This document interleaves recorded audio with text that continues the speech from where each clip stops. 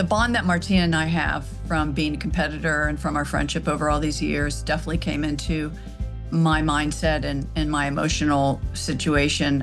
It was comforting to me. Not that I wish that she had cancer, but it was comforting in the sense that that I knew that I had somebody to go through this with. There have been ups and downs like any relationship, but decades and decades of friendship and trust. And I think we have a kind of sense of vulnerability with each other because we've seen each other in the worst of times and the best of times. I'm so glad that she was there for me and I was there for her. I think Martina and Chrissy are survivors. They are champions. They recognize that in each other. And so they embraced it, that this friendship would have become so much more than what they probably ever thought it would be. And admirably, they've done all of it publicly. I think going public, we both realized we have such an opportunity to spread the good word.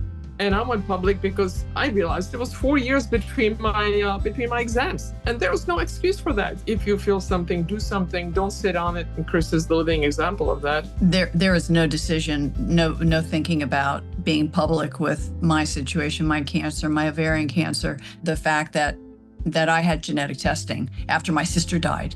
If I hadn't had genetic testing, she just died and we didn't know it was BRCA related, I wouldn't be here speaking to you. Me too. I paid attention, the way I figured it out. It just bringing awareness, and we know that we're making a difference in some people's lives. I think Chrissy and Martina are providing a great service for women who feel like someone is sympathizing with their journey, who understands what they're going through.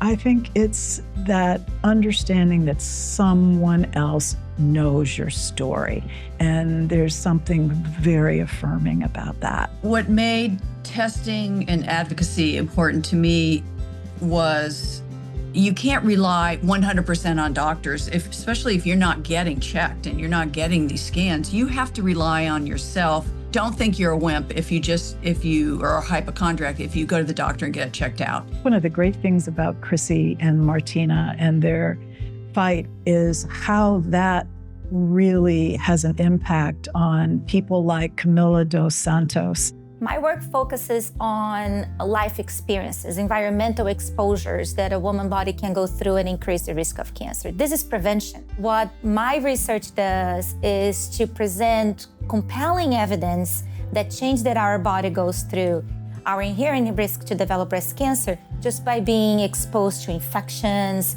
different diets, and even aging and hormone imbalances. For my work, having amazing empowered advocates like Chrissy and Martina, it's very important because it reassures that we are in the right path. The prevention is the way to think about how to decrease the risk of breast cancer in young women.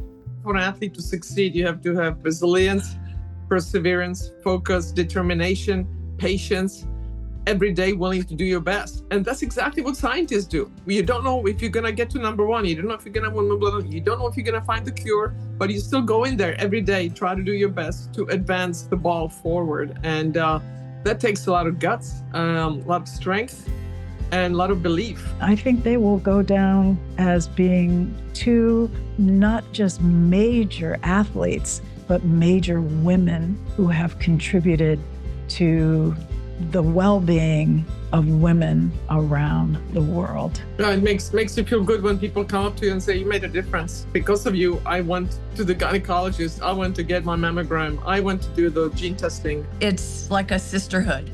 I feel like this is really worthwhile work.